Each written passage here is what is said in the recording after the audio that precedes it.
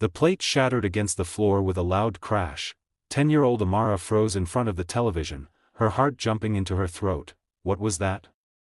She whispered. She hadn't dropped anything, she hadn't moved, she hadn't even stood up, yet, from the kitchen, she had just heard a plate fall, and she was home alone. Her parents had left barely 30 minutes earlier. Amara, lock the doors, don't open for anyone, and call us if you hear anything strange. Her mother had said while tying her scarf. I know, Mom, Amara replied, rolling her eyes. She had been excited to finally stay alone, no shouting, no chores, no noise, just cartoons and snacks. But now, sitting alone on the couch, with broken ceramic echoing in the silence, that excitement vanished. Her fingers trembled as she lowered the TV volume. The house became quiet, too quiet, maybe. Maybe it fell by itself, she murmured. She slowly stood up, her legs felt weak. Her head snapped up. Mom? She called. Silence. Her parents were miles away. Her stomach twisted. Another creak followed, then another. Footsteps, slow, heavy, careful. Someone was walking in her house. No, no, no. She whispered. She backed away, her body shaking. Then she heard it, a voice, soft, familiar. Amara. Come upstairs, darling. Her mother's voice. Her heart leaped with relief. Mom? She called, but something felt wrong. Her mom never called her darling. Never. The voice came again. Amara. I'm waiting. It sounded distorted, like someone trying to copy her mother. Her hands went cold. My mom isn't home, she whispered to herself. Her phone was in her bedroom upstairs. She needed it. She slowly walked backward into the living room. The stairs were right there, dark, silent, waiting. The voice whispered again. Why aren't you coming? Tears filled her eyes. I'm scared, she said. The voice paused, then it changed. It became deeper. Colder. Don't be scared. Her heart pounded violently. She ran to the front door and twisted the handle. Locked. Good. She tried the back door. Locked. Windows, all shut. She was trapped inside, with something. Footsteps began again, this time, faster, descending. Step, step, step. She screamed. Stop. Silence. Then laughter, low, rough, not her mother's voice anymore. She ran to the couch and hid behind it, curling into herself. Please. Please don't hurt me. She cried. Her phone. She needed her phone. It was upstairs, right where the voice was coming from. Her breathing became loud. She covered her mouth. Amara. The voice called softly. Where are you? She shook her head. I'm not here. I'm not here. A shadow appeared on the wall, tall, broad, moving slowly. She squeezed her eyes shut. Then, a loud bang on the door. She screamed. Amara. Her father's voice, real, panicked. She jumped up and ran. Dad. She unlocked the door and threw it open. Her parents rushed in. Her mother grabbed her. Oh my God, baby, what happened? She sobbed uncontrollably. He was inside. He talked like you. Her father grabbed a kitchen knife and ran inside. Police arrived minutes later. They searched the house, in the attic, in the closet, in the basement, behind the walls. They found him, a man, hiding behind old boxes in the attic, with a phone, full of voice recordings, of her mother. He had been watching them for weeks. Each step toward the kitchen felt heavier than the last. Hello? She called softly. No answer. The kitchen light was off. Shards of white ceramic were scattered across the tiles. A plate lay broken near the sink. Recording her mom's voice, learning how she spoke, learning how she sounded, waiting for the day Amara would be alone. That night, Amara couldn't sleep. Every sound made her jump, every shadow terrified her. She never stayed home alone again. Years later, she still wakes up hearing that voice. Amara. Come upstairs. And if this story already made your heart race, don't forget to like this video, subscribe to Nightmare Chamber, and comment below, because the next story is even worse. No tree was close enough, no branch could reach it. His hands tightened on the controller. Tap, tap, tap, slower now, deliberate. Someone was knocking, from outside, on his window. his throat went dry. "Stop it." He whispered. The tapping stopped. Silence. For 5 seconds. 10, then, a face appeared, pressed against the glass. Daniel screamed and fell off the bed. The face was pale, wet, smiling. The man's eyes were wide and unblinking, his mouth stretched into something that wasn't human. "Go away!" Daniel cried. The man raised his hand, and waved, like they were friends, like this was normal. Daniel scrambled up and ran to his door. It was locked. Good. He grabbed his phone. No signal. The storm had knocked it out. "Please. Please." He muttered. Tap, tap, tap, again. "Daniel," the man whispered. Daniel froze. "How? How do you know my name?" The man grinned wider. "I've been watching you." Daniel's stomach twisted. "I see you every night. I see you play. I see you sleep." Daniel dropped his phone. Tears streamed down his face. "I'm calling the police." The man laughed. "You won't." He lifted something, a knife, pressed it against the glass. "I'll come in soon." Daniel screamed. He ran into the bathroom and locked himself inside. He turned on the shower to make noise. He sat in the bathtub, hugging his knees. "Mom. Dad. Please come back." He sobbed. The tapping stopped. Minutes passed. Silence returned.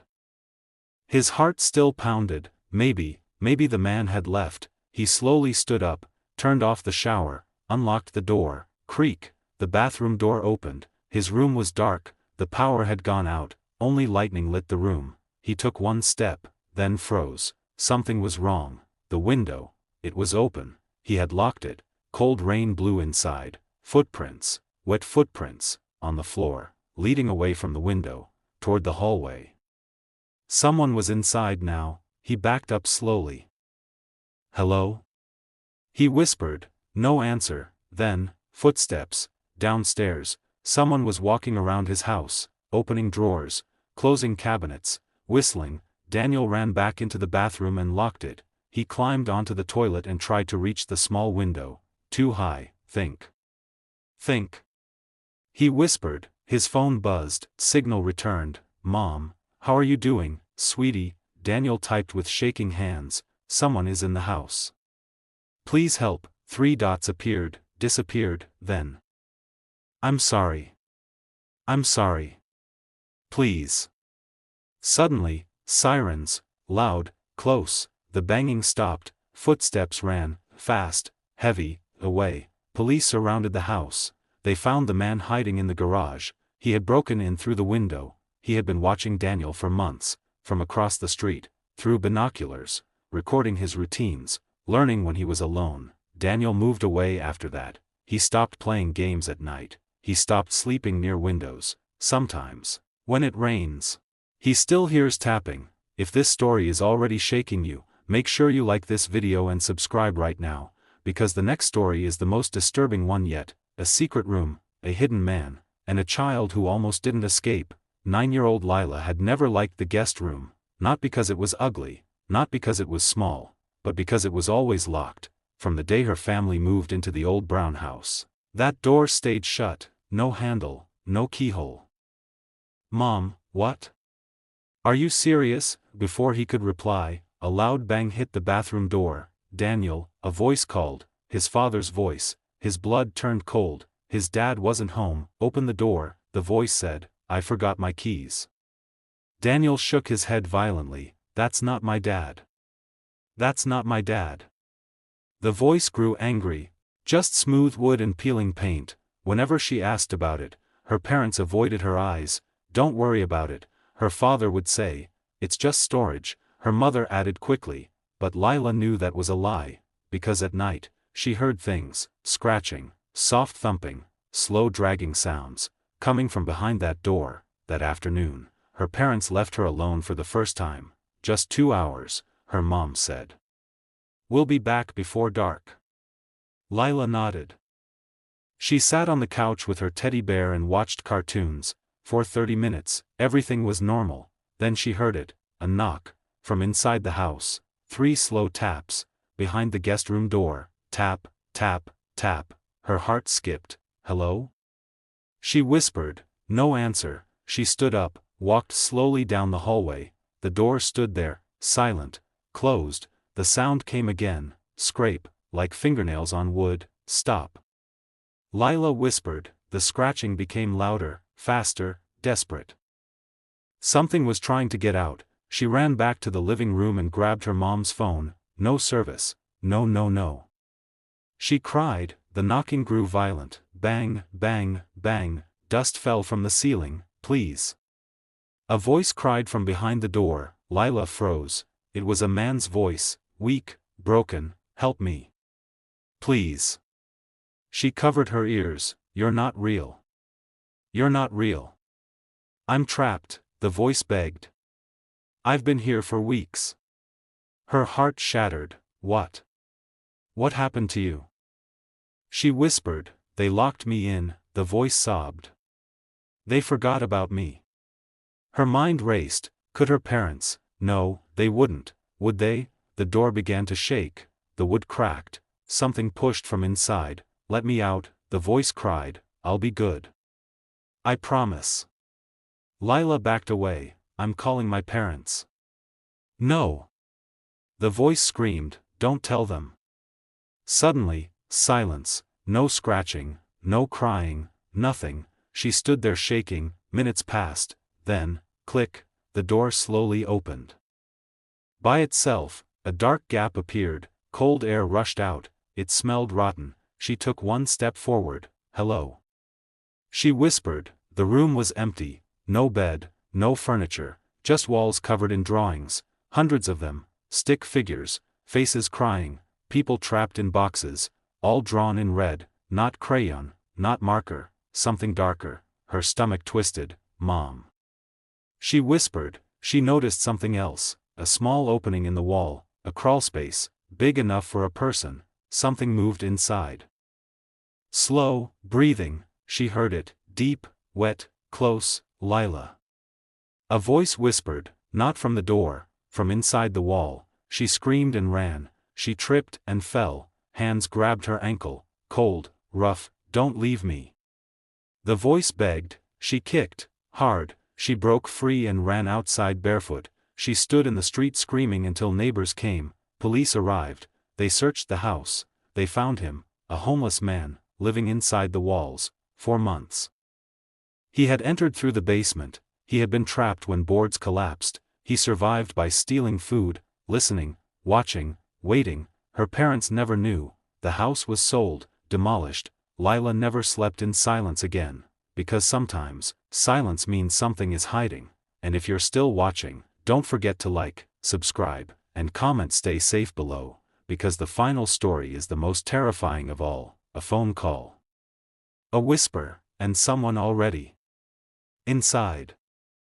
15-year-old Naomi loved quiet. She loved being alone. She loved when her parents went out and the house became hers. No lectures, no rules, no noise, just freedom. That Saturday night, her parents left around 7 p.m. Don't stay up too late, her mom said. Lock everything. Her dad added, I will, Naomi replied. She watched them drive away, then locked every door, checked every window, pulled the curtains. She microwaved noodles and went to her room. Rain began falling. Softly. Wind brushed against the walls. The power flickered, then stayed. She lay on her bed scrolling through her phone. 9:12 p.m. Her phone rang. Unknown number. She frowned. Hello? Breathing, slow, heavy, on the other end. Hello? She said again. A whisper replied, Naomi. Her heart skipped. Who is this? Silence. Then, I can see you. She sat up. Stop playing. Who are you? I'm in your house. She laughed nervously. Yeah, right. The call ended. She shook her head. Stupid prank. Her phone rang again. Same number. She answered. I'm calling the police. You won't, the voice whispered, because I'm already close. Her bedroom door creaked. She froze. Mom? She called. No answer. She hung up and dialed her parents. No signal. The storm had killed it. Her phone buzzed. A message. From unknown. Turn around. Her blood turned cold.